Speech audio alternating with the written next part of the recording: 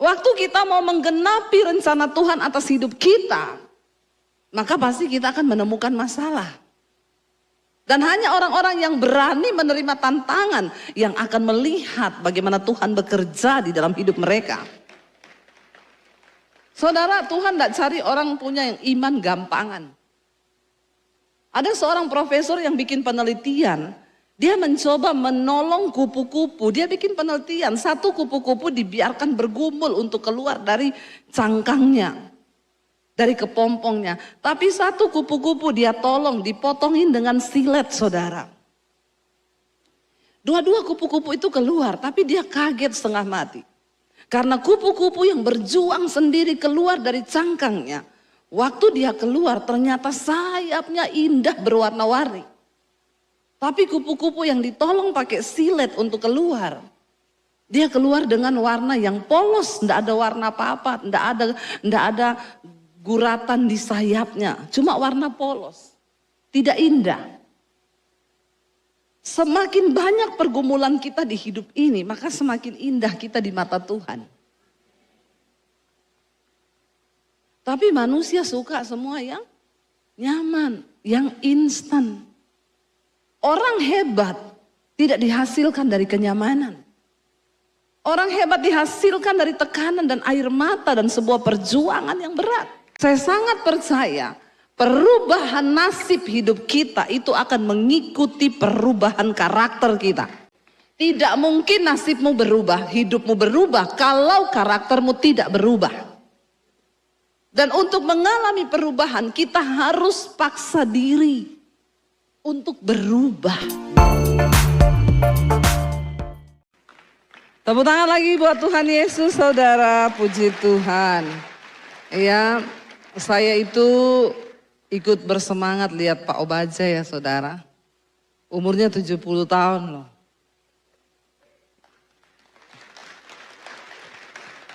Ya, kami banyak berbicara di dalam tadi dan saya juga banyak mendapat berkat. Ya, satu hal yang saya tangkap, saya tanya sama Pak Obaja, Pak, apa yang membuat Bapak itu bersemangat? Banyak orang sekarang, bahkan hamba Tuhan berkata saya 60 mau pensiun. Biasanya kalau udah mau pensiun gitu dipanggil Tuhan sih.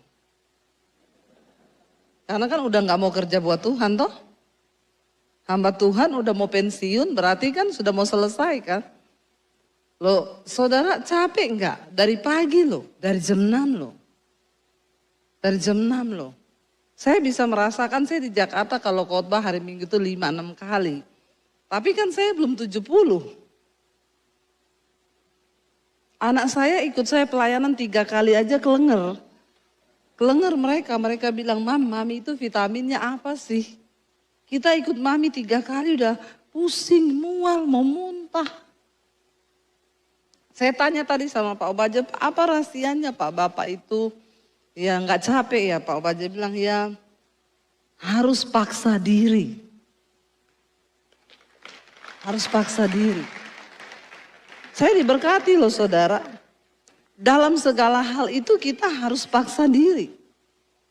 Memaksa diri itu sama dengan mengalahkan keinginan daging. Karena daging ini sukanya nyaman. Daging ini sukanya nyaman. Ya, daging ini sukanya yang biasa-biasa aja lah. Nggak usah yang terlalu wow lah, ngapain gitu loh. Saya tuh banyak menangkap hal yang luar biasa. Saya justru datang ke sini nih, rasanya bukan saya yang melayani, tapi saya dapat banyak berkat dari obrolan dengan Bapak saudara ya. Dengar beli tanah 20 hektar, mau bangun yang seperti itu. Ya kalau kita mau pikir ya, dalam umur yang seperti itu Pak Obaja itu bisa aja kah seneng-seneng ke luar negeri ya Pak ya. Istirahat, pensiun. Saya dengar visinya Bapak itu kayaknya saya yang capek. Lu jujur loh saudara. Tapi satu hal yang saya pelajari ketika kami ngobrol bercakap-cakap. Yang saya dapat dari Tuhan tuh begini saudara. Tuhan tuh bicara pribadi kepada saya. Aku tuh memberikan kepercayaan kepada seseorang itu sesuai kapasitas imannya. Loh bener. Loh Pak Obaja itu manusia biasa loh. Sama seperti kita manusia. Beliau itu bukan otot kawat tulang besi. Saya berpikir tadi banyak hal loh. Saya bilang Tuhan, iya ya saya yang masih umur segini. Apakah satu saat juga Tuhan akan beri kepercayaan hal-hal yang besar? Karena tidak semua orang saudara. Yang namanya tercatat di dalam Alkitab. Itu bukan sembarangan orang. Itu adalah orang-orang yang dipilih Tuhan, mereka ngomong yes dan mereka melakukan apa yang Tuhan mau dan paksa diri. Paksa diri, iya benar kita harus paksa diri. Di dalam mendisiplinkan kehidupan rohani pun kita juga harus paksa diri. Loh saudara datang di gereja ini kan saudara maksa diri enggak? Yang maksa diri untuk datang ke gereja berapa banyak? Kan bisa aja kita berkata, enggak usahlah saya nonton di YouTube juga bisa Ngapain sih saya harus capek-capek? Ya karena untuk kesini pun kan kita bayar harga toh. Tapi Tuhan itu melihat bagaimana usaha kita memaksa diri itu. Makanya Rasul Paulus bilang begini. Aku melatih tubuhku dan menguasainya seluruhnya. Supaya jangan setelah aku memberitakan Injil, aku ditolak sama Tuhan.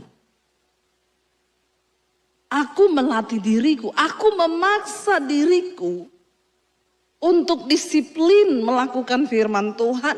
Untuk berjalan di dalam ketaatan supaya jangan setelah aku memberitakan Injil aku ditolak sama Tuhan. Ternyata sekelas Rasul Paulus masih takut ditolak loh.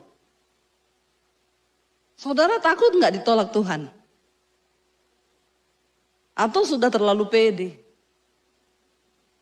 Oh saya pasti masuk surga Bu. Maaf saudara, maaf. Atau kita ini hanya mau menjadi Kristen biasa-biasa yang tidak pernah ada terobosan dalam hidup kita, yang tidak pernah ada cerita apa-apa dari iman kita. Setidaknya saudara harus punya kesaksian pribadi. Kita mengalami pengalaman yang ilahi bersama dengan Tuhan. Amin saudara. Pengalaman ilahi bersama Tuhan itu adalah sebuah kekuatan dalam pengiringan kita kepada Tuhan. Loh benar saudara. Saya mendengar pengalaman dari Pak Obaja saudara. Saya sendiri dibangun. Banyak hal yang saya dan suami dapat dan kami belajar. Belajar saudara, ternyata ya Tuhan yang besar itu, Tuhan yang hebat itu. Mengerjakan segala sesuatu perkara-perkara yang hebat hanya dengan orang-orang yang mau paksa diri. Mau paksa diri untuk apa? Berjalan dalam ketaatan. Paksa diri untuk apa? Melangkah di dalam kekudusan. Paksa diri untuk apa? Sungguh-sungguh taat mengalahkan kedagingan kita. Itu perlu paksa diri loh saudara. Tapi yang namanya manusia selalu maunya tinggal di zona nyaman. Dan kenyamanan itu adalah musuh terbesar dari iman. Tapi kota Solo terpilih menjadi kota jangan tepuk tangan. Kota Solo terpilih menjadi kota nyaman untuk tinggal. Ngeri loh, jangan tepuk tangan loh. Iya. Karena Tuhan itu nggak suka kenyamanan loh. Ya, jadi makanya mungkin yang di Solo orang hidup 50.000 itu sudah bisa makan satu hari. Iya toh? Saya ini dulu tinggal di Solo, saudara. Di Mojosongo. 50.000 itu saya sudah bisa beli, enggak usah masak juga bisa. Beli soto, ya, di tetangga. Mbak, soto mbak berapa? 10.000 aja. Kuai sing akeh. Ya, yang banyak kuahnya. Lalu beli tempe gorengnya berapa? 500. Beli 5, ya, sama telur, ya, bisa. Buat satu hari makan udah bisa itu di Solo.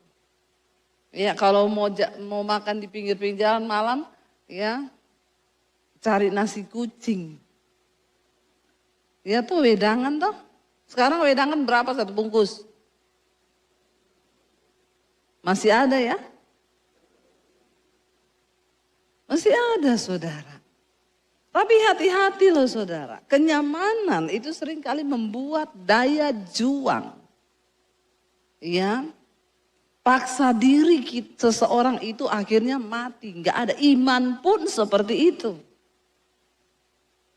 Orang-orang yang tercatat di dalam Alkitab, mereka bukan orang-orang yang mau berada di zona nyaman. Karena itu nama mereka tercatat di Alkitab sebagai pembuat sejarah.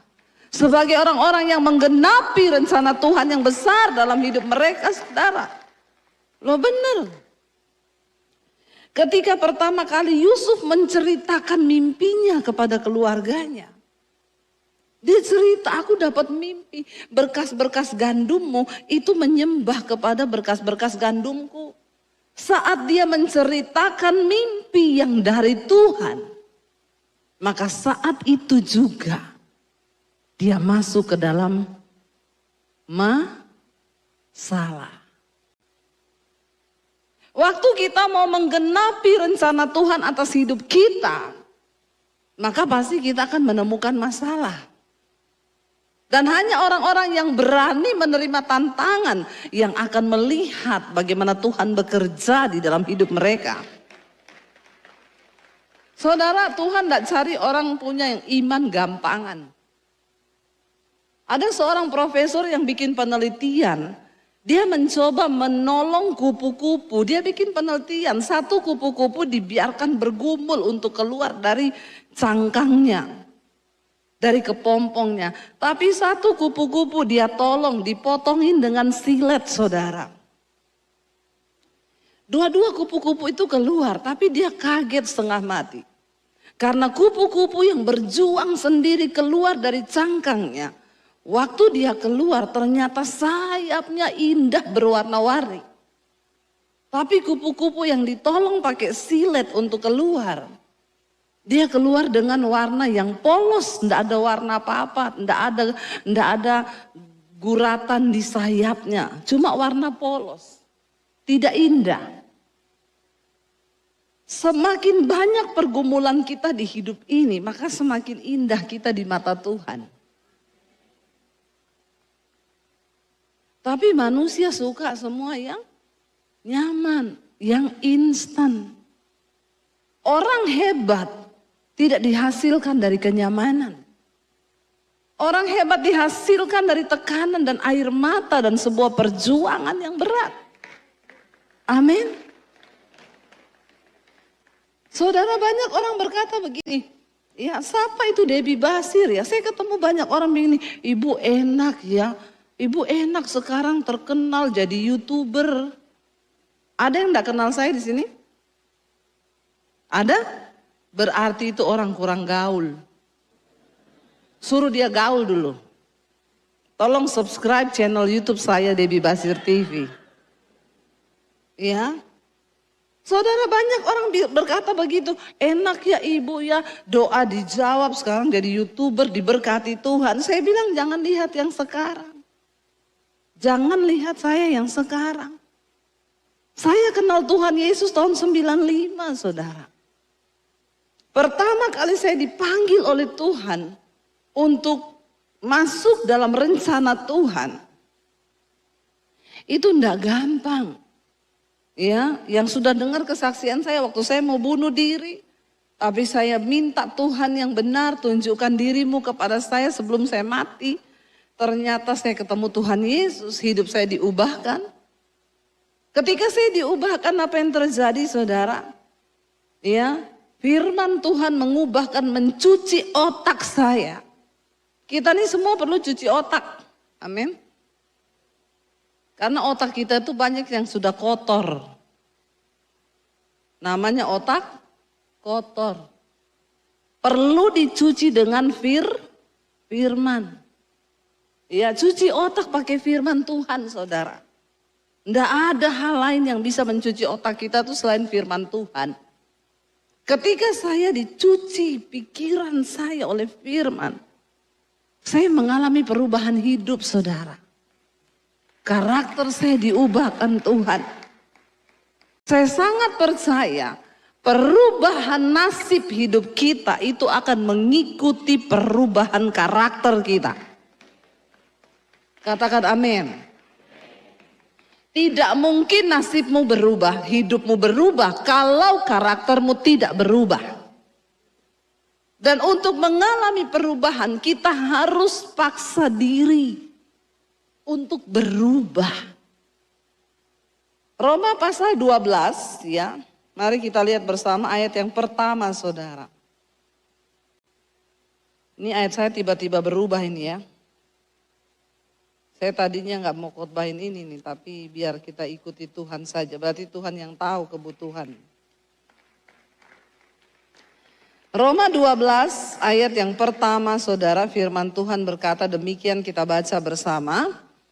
Karena itu, saudara-saudara, demi kemurahan Allah, aku menasehatkan kamu supaya kamu mempersembahkan tubuhmu sebagai persembahan yang hidup, yang kudus dan yang berkenan kepada Allah.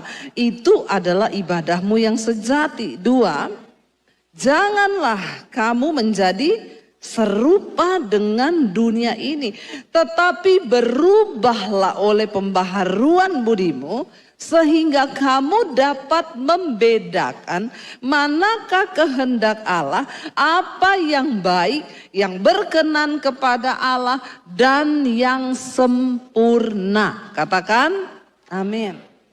Kenapa kita harus paksa diri untuk berubah? Ayat ini berkata, ini sebuah kalimat perintah, saudara. Berubahlah oleh pembaharuan budimu. Apa yang bisa mengubah hidup kita? Waktu pikiran kita, budi pekerti kita itu diubah. Dan apa yang bisa mengubah pikiran kita? Yaitu firman Tuhan, saudara. Kita ini sudah dikandung dalam dosa. Ya, aku dikandung dalam dosa ibuku, kata Mazmur. Dalam kandungan kita sudah berdosa. Ketika kita lahir sudah ada benih dosa. Pikiran kita dosa, semua berdosa. Karena itu semua orang yang terlahir ke dunia, dia perlu dilahirkan kembali. Ketika Yesus berjumpa dengan Nikodemus, seorang ahli Taurat, orang Farisi, pemimpin agama Yahudi. Dia datang kepada Yesus dan Yesus berkata, sesungguhnya kamu tidak akan bisa melihat kerajaan Allah kalau kamu tidak dilahirkan kembali. Setiap kita perlu kelahiran kembali. Bagaimana kelahiran kembali itu? Waktu kita berjumpa dengan Tuhan Yesus, lalu pikiran kita diubahkan. Maka cara berpikir kita, paradigma kita, tujuan hidup kita pun semua akan diubahkan oleh Tuhan. Dulu saya sebelum bertobat, saudara, pikiran saya itu semua pikiran duniawi. Banyak orang mengaku percaya Yesus tapi dia hidup dengan pikiran duniawi. Dulu saya berpikir kalau saya nanti menikah, saya akan cari suami yang kaya. Ya, yang kaya. Makanya anak-anak muda di Jakarta itu kalau mau pacaran, Dia bilang sama pacarnya, kamu sudah baca tulisan di gerbang tol? Pastikan saldo Anda cukup. Ya.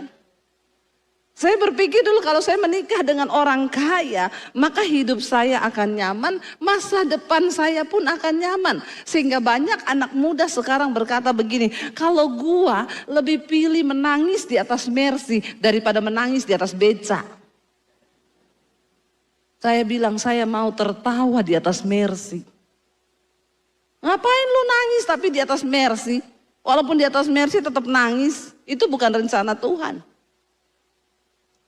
Waktu saya belum mengenal Tuhan, paradigma saya, cara berpikir saya duniawi. Saya harus cari laki-laki yang berkepribadian. Mobil pribadi, rumah pribadi, kredit card pribadi. Bukan bawaan orang tua. Karena saya pikir itu akan menjamin masa depan saya. Tapi ketika saya bertobat, menerima Tuhan Yesus, firman Tuhan berkata, berubahlah oleh pembaharuan budimu sehingga kamu dapat membedakan mana kehendak Tuhan, apa yang baik, yang berkenan kepada Allah dan yang sempurna. Karena di hidup kita ini ada 3 kehendak yang harus kita pilih. Yang pertama, kehendak Tuhan. Ayat ini dengan jelas berkata, kalau kehendak Tuhan itu pasti baik, berkenan, sempurna. Harusnya ini yang kita capai. Yang kedua, di hidup ini ada yang namanya kehendak setan. Setan selalu merancangkan yang tidak baik, yang tidak berkenan, dan yang pasti gagal total. Itu rencana setan buat kita. Dengar anak-anak muda, makanya kau kalau pacaran jaga kekudusan. Ya jangan sembarangan. Hari ini di Jakarta, saya nggak tahu di Solo, banyak anak-anak muda pacaran masih SMA, SMP sudah tidak lagi menjaga keperawanan, menyerahkan diri mereka. Akhirnya yang terjadi apa? Terpaksa menikah gara-gara sudah melakukan hubungan seks. Ini adalah rancangan setan. Kenapa banyak terjadi perceraian di kalangan Kristen? Karena dari awal pernikahan bukan tujuan Tuhan, tapi tujuan setan. Makanya please anak-anak muda, buka matamu. Jangan bilang cinta itu buta, cinta itu melek. Amin. Kalau kau sudah menikah baru buta. Karena udah gak bisa buat apa-apa. Kalau masih pacaran, melek. Makanya saya sangat melarang di bawah 20 tahun pacaran. Orang di bawah 20 tahun gak usah pacaran. Kau saja belum tentu arah hidupmu mau kemana. Di bawah 20 tahun pacaran, buang pulsa, buang tenaga, buang pikiran, buang ongkos. Ya, ndak usah dulu pacaran. Selesaikan sekolahmu, kuliahmu, baru kau pacaran. Supaya kau tidak melanggar kekudusan hidup. Katakan. Itu yang harus kita pegang. Dengar ya anak-anak muda. Kalau kau ekstrim dengan Tuhan. Tuhan tuh ekstrim loh dengan hidupmu. Apa yang mau kau cari? Rencana Tuhan itu yang terbaik buatmu. Ingat loh, jodoh kita tuh cuma satu. Jadi nggak usah gonta-ganti cari-cari. Nanti di atas umur 20 baru berdoa. Tuhan, pertemukan aku dengan jodohku. Itu baru berdoa tuh. Mulai buka hati bagi orang. Bergumul benar-benar tuh di atas 20 tahun. Karena di atas 20 tahun jodoh di tangan Tuhan. Di atas 30 tahun Tuhan lepas tangan. Tidak saudara ya. Tuhan tetap bekerja ya. Tapi berat, harus dengan doa dan puasa. Kalau sudah di atas 30 tahun. Ya tapi serius saudara, serius. Waktu kita mengerti rencana Tuhan. Makanya dikatakan berubah, berubah dulu, berubah dulu, berubah. Dan untuk bisa berubah perlu paksa diri. Loh, sekelas Pak Obaja loh, umur 70, melakukan kehendak Tuhan, harus paksa diri. Apalagi kita-kita ini toh. Amin. Loh bener.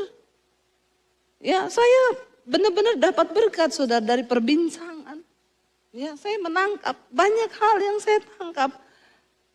Dan saya pegang itu, saya bilang Tuhan saya juga mau.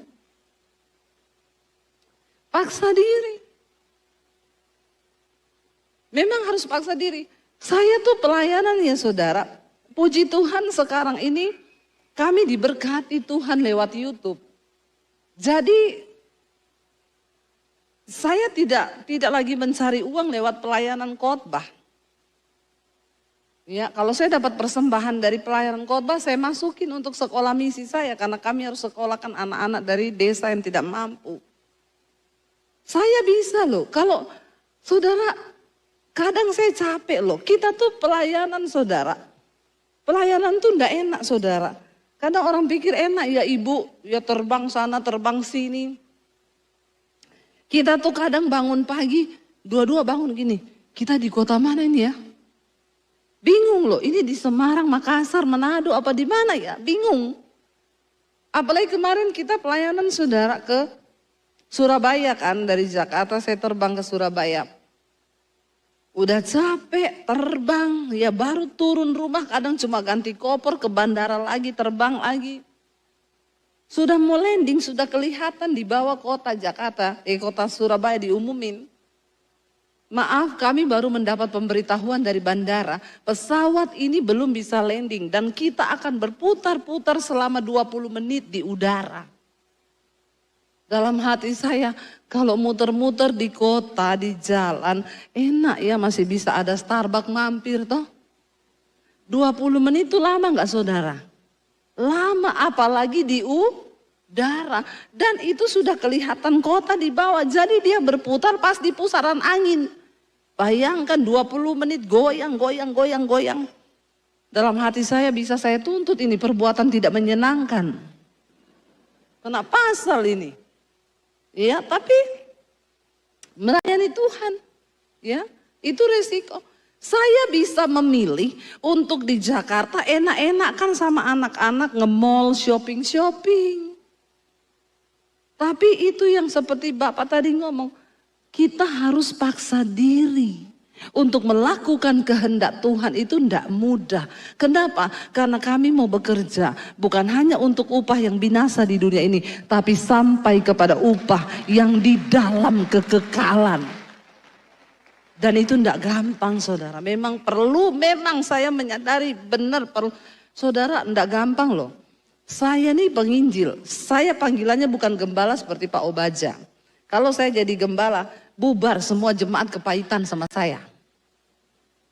Ya, contoh orang datang, Bu doain Bu, enggak usah minta-minta doa, doa sendiri di rumah.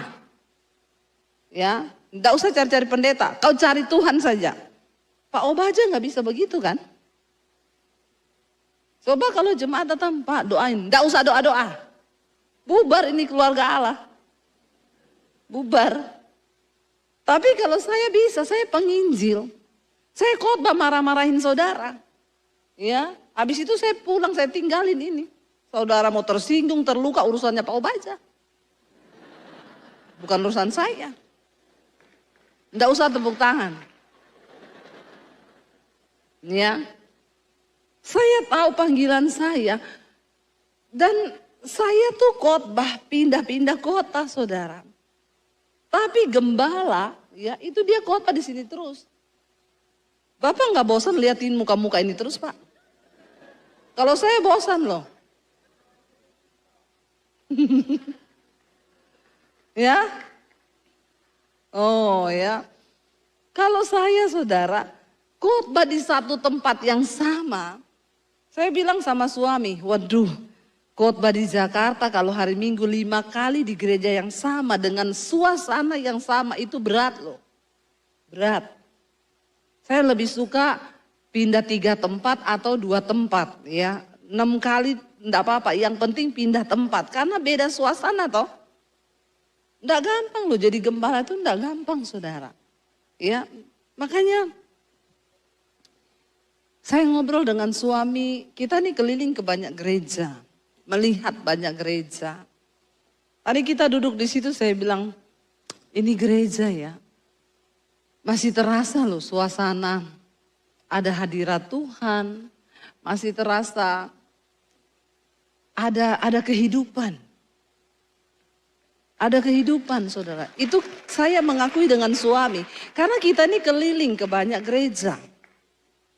Kenapa? Ternyata setelah kami ngobrol Pak Gembala ngomong kita di sini ada pondok Daud Bu. 24 jam non-stop. Kita bangun tahta bagi Tuhan. Oh ya itu rahasianya doa, pujian, penyembahan bagi Tuhan. Ya. Itu loh yang menghidupkan gereja saudara. Karena ini perkara rohani. Tidak bisa dengan hal-hal yang duniawi. Sementara banyak orang hanya sibuk dengan entertain. Bagaimana? Lo jujur saudara, tapi Tuhan itu tidak bisa direkayasa. Ya, dan mari kita semua hari ini. Benar-benar yang saya dapat satu kata hari ini saya sama suami tadi banyak ngobrol. Yes, paksa diri. Paksa diri untuk hidup kudus. Paksa diri untuk taat sama Tuhan. Paksa diri untuk berubah saudara. Berubah. Kita akan memasuki tahun yang baru saudara. Jangan masuk dengan cara hidupmu yang lama.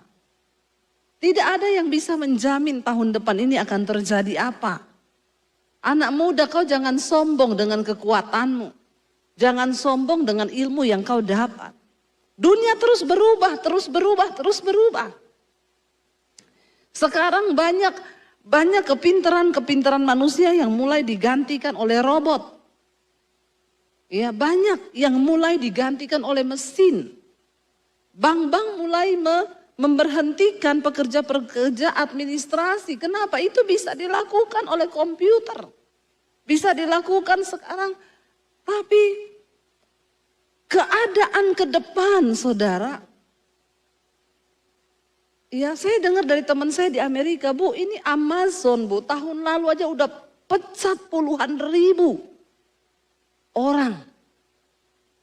Dan Alkitab berkata di masa di akhir zaman akan datang kesusahan yang besar. Akan datang masa sulit di akhir zaman. Dan kita nggak tahu apa yang akan terjadi. Tapi saya mau bilang kepada kita semua, terutama engkau anak-anak muda. Orang yang hidup mengandalkan Tuhan tidak akan pernah ditinggalkan. Orang yang sungguh-sungguh mengandalkan Tuhan diberkati orang yang mengandalkan Tuhan. Yang menaruh harapannya pada Tuhan.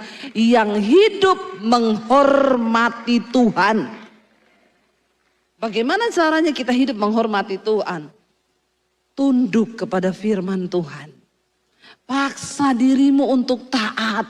Paksa dirimu untuk hidup dalam kekudusan. Anak-anak muda jangan pacaran tidak kudus. Sekarang banyak anak muda saudara. Ya baru pacaran. Sudah tidur bareng. Ya sudah melakukan hal-hal yang di luar firman Tuhan. Ya mari kita berusaha. Paksa diri untuk sungguh-sungguh melakukan kehendak Tuhan. Kenapa saudara? Tidak ada jaminan bagi orang-orang yang tidak hidup taat kepada firman Tuhan. Makanya dikatakan di sini ya, berubahlah oleh pembaharuan budimu sehingga kamu dapat membedakan. Tadi saya bilang ada kehendak Tuhan, ada kehendak iblis. Yang terakhir ada kehendak diri kita. Jadi ada 3 kehendak dalam hidup ini yang harus kita timbang dan pikirkan matang-matang. Mana yang menjadi kehendak Tuhan dalam pelayanan, di dalam pekerjaan, di dalam usaha, di dalam studi, di dalam menentukan pasangan hidup. Kita selalu diperhadapkan dengan 3 kehendak ini. Ada kehendak Tuhan, ada kehendak setan, ada kehendak diri. Kalau kita bicara tentang kehendak setan, sudah pasti itu jahat dan tidak berkenan. Tapi kalau kita bicara kehendak diri, nah ini yang sering kali abu-abu. Abu-abu saudara, antara melakukan kehendak Tuhan atau kemauan kita sendiri. Itu enggak gampang loh. Tapi Tuhan minta kita ini uji segala sesuatu. Uji. Dan peganglah apa yang baik. Amin. Karena kita hidup bukan untuk melakukan kemauan kita, tapi kita hidup untuk melakukan kemauan Tuhan. Kita harus hidup untuk melakukan kehendak Tuhan, bukan kehendak kita, tapi kehendak Tuhan. Dan kalau kita memilih untuk hidup melakukan kehendak kita, ya kita biasa-biasa aja. Kita tidak akan melihat terobosan, kita nggak akan melihat perkara yang ajaib. Saya ingat saudara, waktu saya bertobat, ya saya mengalami tekanan yang begitu luar biasa. Sampai akhirnya papi saya tahu dan dia bilang, saya bunuh kamu ya. Lebih baik saya masuk penjara daripada anak papi bikin malu keluarga. Saya bergumul dalam ketakutan yang begitu hebat ketika mendengar papi saya bilang, papi nggak segan-segan bunuh kamu daripada kamu bikin malu keluarga. Saya berdoa saudara, Tuhan saya bilang, ya saya takut menghadapi kenyataan di depan, tapi biar kehendakmu yang jadi bukan kehendakku. Saya bergumul, lalu akhirnya singkat cerita, Desember tahun 96, saya bertobat 95, 1 tahun saya berhasil menyembunyikan iman saya.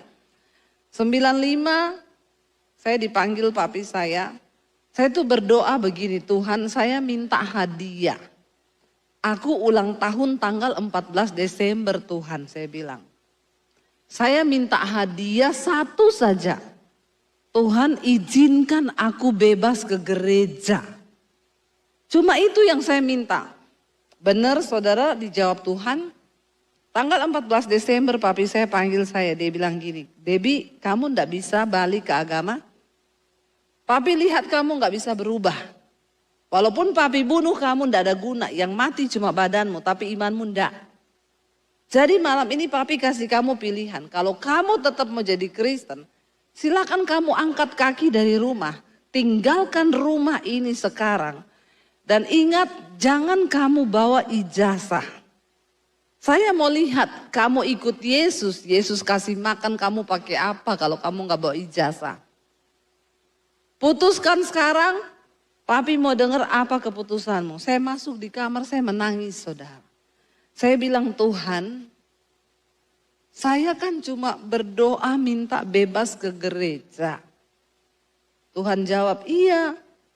Kalau kamu diusir, kamu bukan cuma bebas pergi ke gereja, kamu bisa tidur di gereja. Emang boleh? Emang boleh begitu amat? Ya. Tapi saya nggak nyangka saudara, jawaban doa saya tuh seperti itu yang Tuhan kasih. Karena di bayangan saya itu kan Tuhan bilang, ya nanti papimu aku jamah hatinya. Itu kan yang kita pikir toh, kehendak kita kan begitu toh. Ya, Tuhan jamah hati papiku. Dan dia akan berkata, Debbie kamu mau jadi Kristen? Iya, silahkan kamu ke gereja. Papi ndak larang anakku sayang. Loh bisa nggak Tuhan menjawab begitu? Bisa nggak? Bisa. Sepupu saya, Muslim saudara, dia bertobat terima Tuhan Yesus. Papinya tahu, marah besar. Papinya bilang, kalau kamu jadi Kristen, kamu bayar sendiri kuliahmu. Papi ndak mau urusan, silakan kamu jadi Kristen. Dia berdoa, Tuhan, jamah hati papiku. Seperti batang air di tangan Tuhan. Tuhan akan mengalirkannya kemanapun Tuhan ingini. Itu kan ayat toh. Dia doa puasa saudara. Cuma 3 hari. Papinya terbang datang ke kotanya dipanggil. Nur Hayati, sini kamu. Iya pap. Kamu benar mau jadi Kristen? Iya pap. Keputusan papi begini ya. Kalau kamu mau jadi Kristen, kamu harus menikah sama orang Kristen. Kamu mati harus dikuburkan secara Kristen. Jangan kau pindah-pindah agama lagi. Karena agama itu bukan untuk main-main. Tepuk tangan toh dengar begitu toh? Tepuk tangan. Dahsyat. Tuhan mengabulkan doaku toh. Jadi waktu saya menghadapi itu, sepupu saya bilang begini, Deb, kamu contoh doaku ya.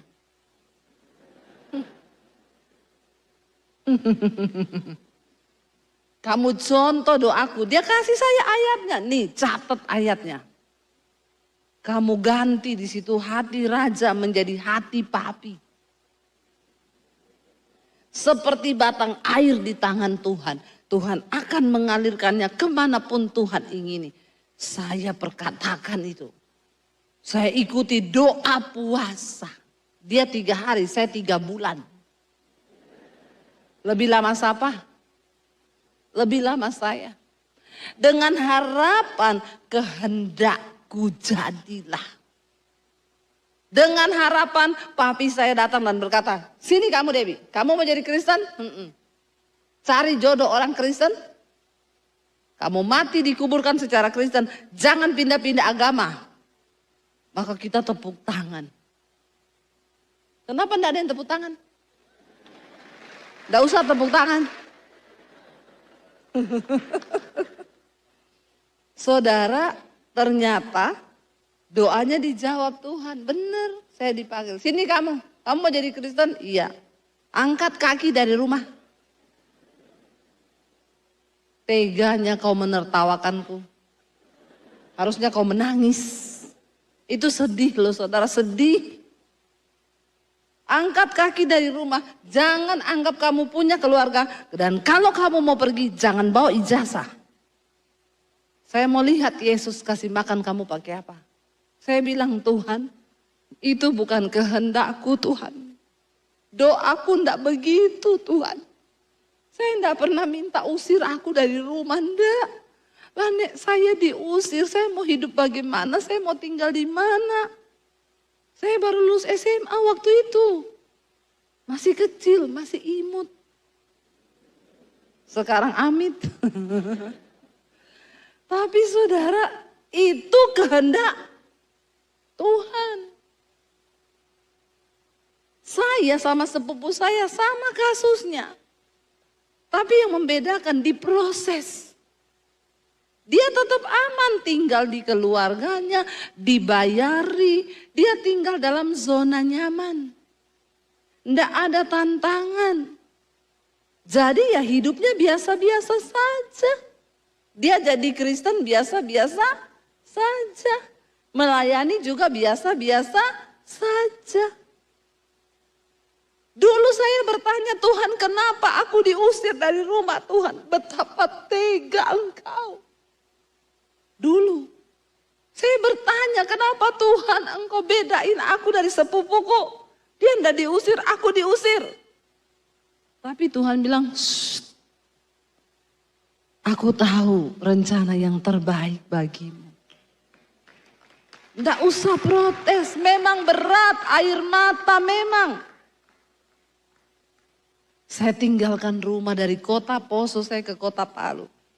Tinggal di kos-kosan. Cuci baju anak kos, nyapu, nyetrika, masak, jadi pembantu di situ. Iblis ngomong, goblok. Ikut Yesus jadi pembantu.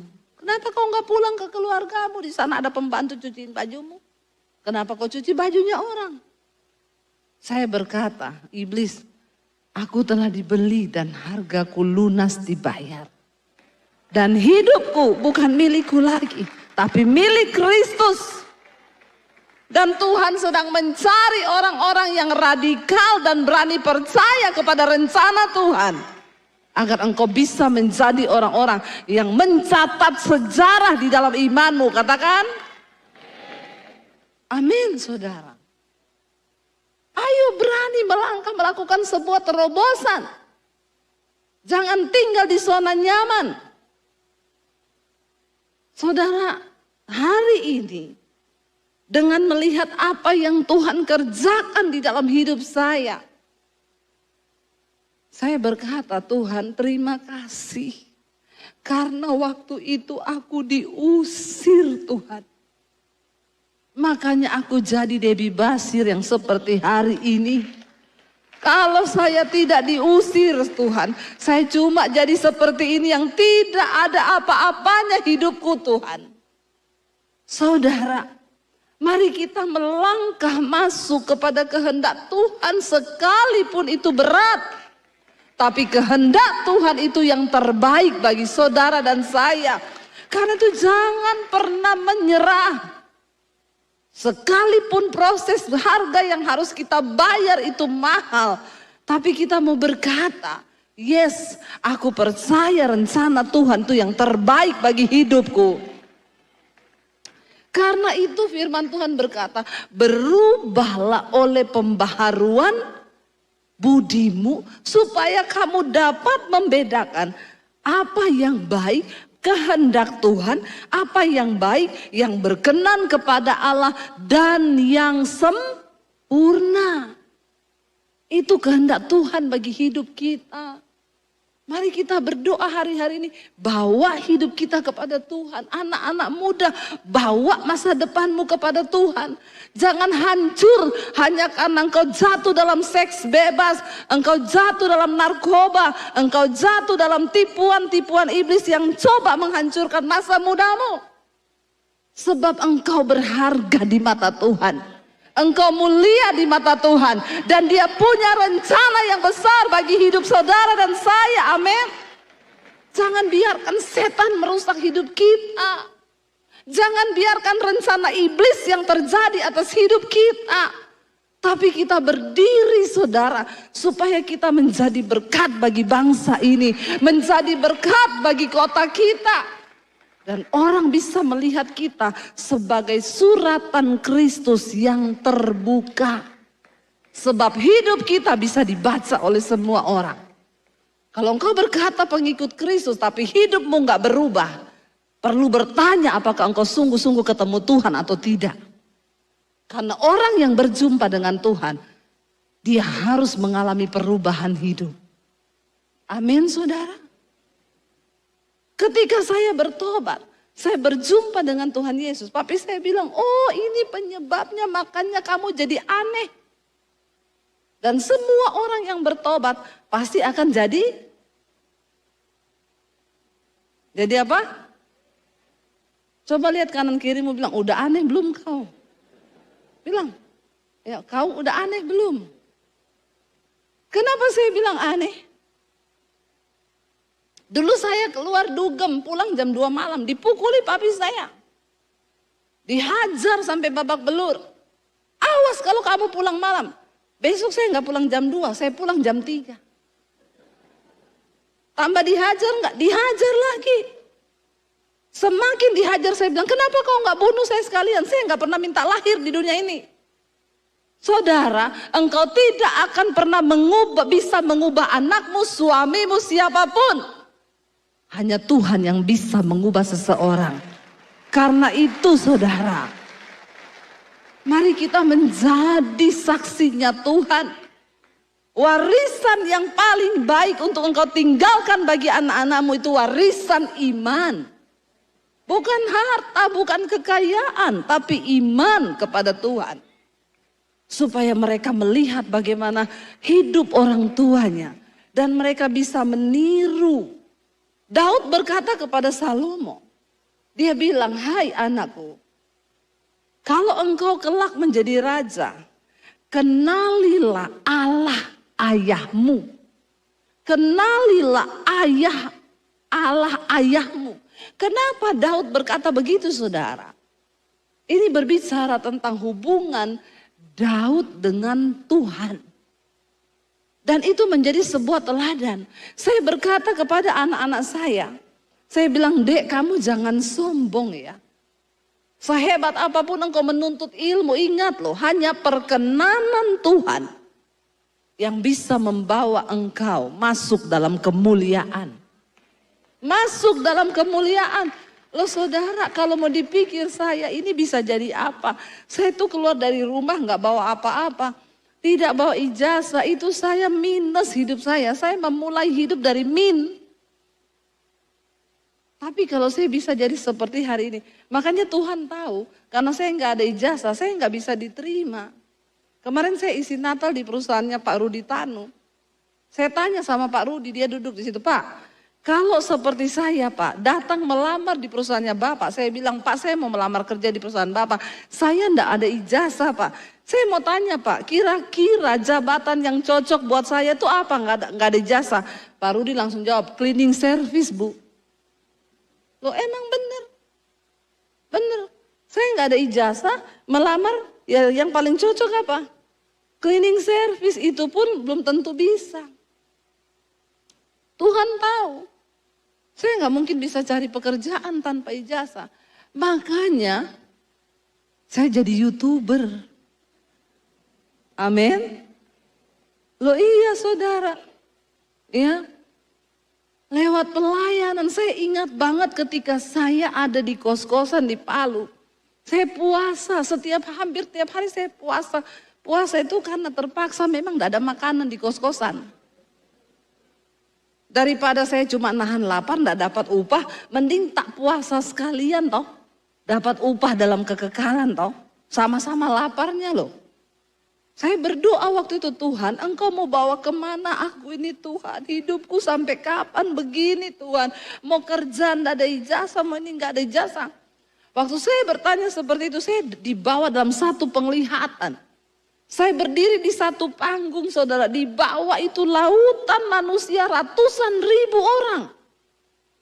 Lalu Tuhan berkata begini, satu saat engkau akan melihat itu terjadi. Engkau akan menyampaikan isi hatiku kepada ratusan ribu bahkan jutaan orang. Oh saya merinding ketika penglihatan itu. Lalu Tuhan bicara, bangsa-bangsa menantikan pengajaranmu. Pulau-pulau menantikan pengajaranmu. Saya gemetar, iya Tuhan, amin, amin. Yes, bersuka cita saya. Begitu amin buka mata, pakaian kotor. Memang paling enak di hadirat Tuhan. Jangan buka mata. Karena waktu kita buka mata kita lihat kenyataan tidak seindah iman yang kita lihat. Tapi saya tunggu itu terjadi. Dan saya mau bersaksi kepada saudara hari ini. Saya bersaksi dari mimbar itu. Penglihatan itu terjadi di dalam hidup saya. Terjadi dan Tuhan genapi itu saudara. Benar, bangsa-bangsa menantikan pengajaranku. Pulau-pulau menantikan pengajaranku. Saya keliling ke luar negeri pelayanan saudara. Ya, nanti bulan Februari ke Jepang, bulan Maret ke Amerika 1 bulan. Pelayanan keliling. Apa yang Tuhan buat tidak bisa kita pikir dengan pikiran kita. Setahun 4 kali saya ke luar negeri. Karena Tuhan. Karena Tuhan. Makanya saudara jangan pernah coba melangkah dengan kekuatanmu sendiri melakukan kehendakmu. Sebab apa? Rencana Tuhan, kehendak Tuhan lebih besar daripada rencana kita. Amin.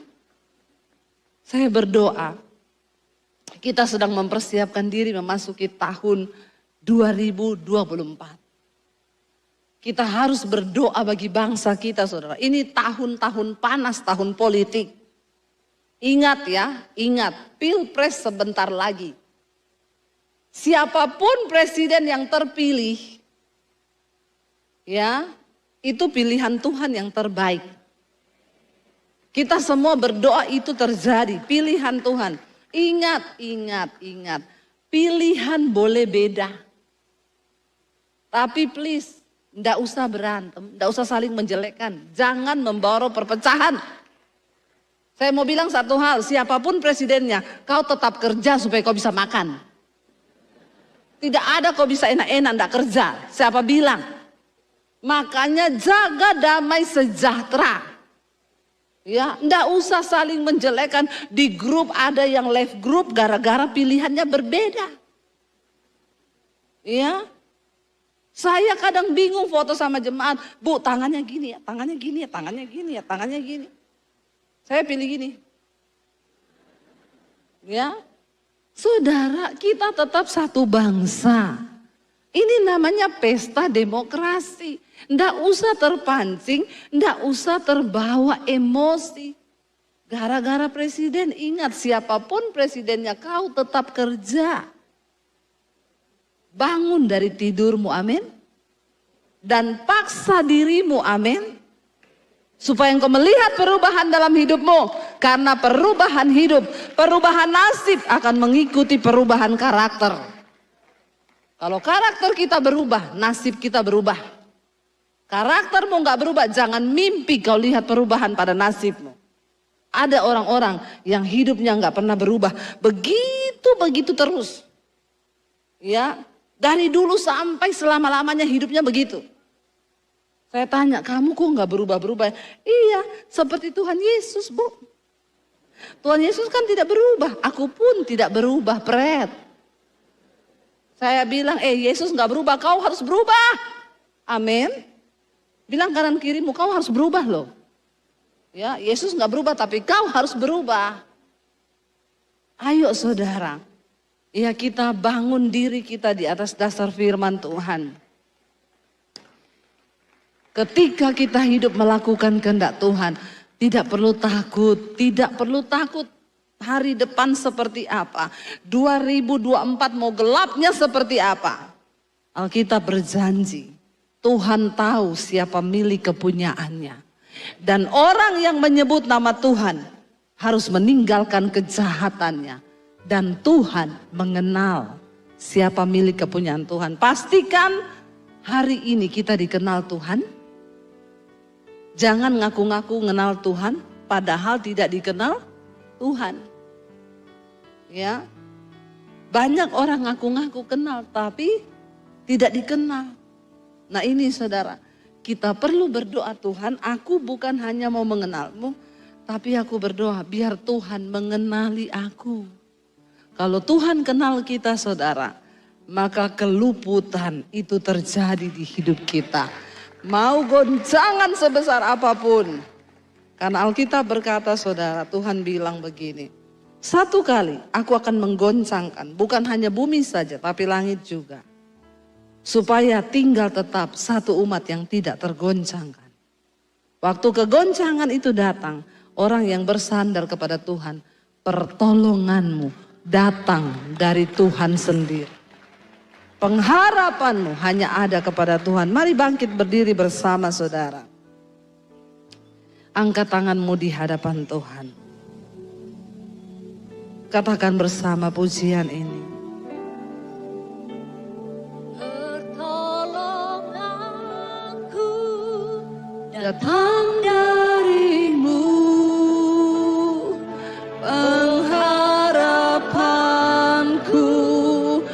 Ada dadamu, ku tak akan goyah, ku tak akan gentar,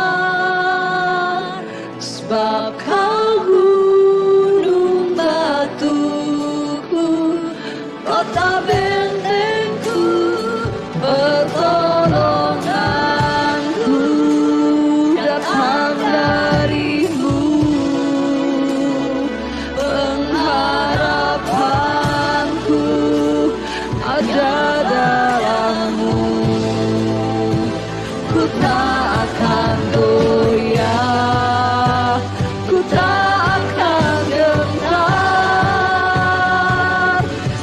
kau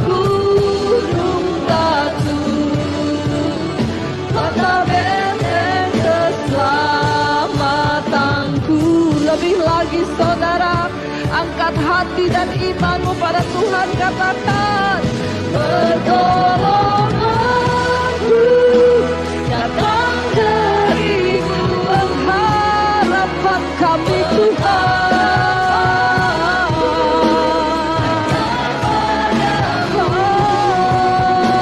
Ku tak akan goyah, kami tidak akan pernah goyah, kami tidak gentar Tuhan, sebab kami percaya Engkau sumber pertolongan. Pertolonganku datang darimu, pengharapanku hanya padamu. Ku tak goyah, ku tak gentar bersamamu. Yes Lord Jesus, karena benteng keselamatanku. Mari tutup mata dalam hadirat Tuhan. Mungkin hari-hari ini engkau sedang goyah. Mungkin ada kegentaran dalam hatimu menghadapi masa depan yang seperti apa. Apapun kegentaranmu hari ini, taruh iman percayamu kepada Tuhan. Taruh harapanmu pada sesuatu yang tidak dapat digoncangkan. Firman Tuhan adalah sauh yang kuat untuk kita pegang hari-hari ini. Firman Tuhan tidak pernah digoyahkan. Firman Tuhan tidak pernah tergoncang. Karena itu pegang firman Tuhan, saudara. Mari hidup sungguh-sungguh untuk taat, paksa diri kita untuk taat pada firman Tuhan, untuk menghormati Tuhan, untuk bekerja bagi kepentingan Tuhan. Orang-orang yang sungguh mengandalkan Tuhan tidak akan pernah dipermalukan. Ini waktunya engkau berkata, Tuhan, biar kami menjadi orang dikenal oleh Tuhan. Karena materainya ialah Tuhan mengenal siapa milik kepunyaannya. Kami hanya berharap dan bersandar kepada Tuhan. Sebab kami percaya pertolongan kami hanya datang dari tangan Tuhan saja. Lebih lagi angkat imanmu, katakan pertolongan